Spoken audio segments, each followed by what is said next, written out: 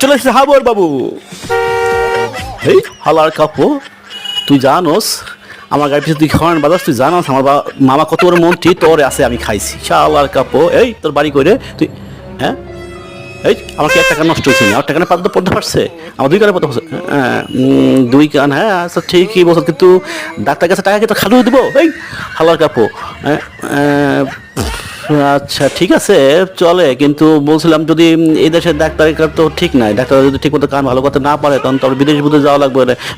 ও আচ্ছা ঠিক এই রে, আচ্ছা ঠিক আছে, সমস্যা নাই, হর্ন তো বাজাতে পারছো, কিন্তু আপনার তো হর্ন বাজানো হয় না, এত আস্তে কি হর্ন বাজাবে? হর্ন বাজাবে এমনি পুপ পুপ এমনি হর্ন বাজাবেন। হ্যাঁ ঠিক আছে, আর আপনার মোবাইল নাম্বার দিয়ে রাখেন, আপনি এরপর থেকে বের হলে যে রাস্তা বের হবেন আমাকে বলবেন, আমি আপনার রাস্তা যাবো, আপনি হর্ন বাজাবেন, ঠিক আছে?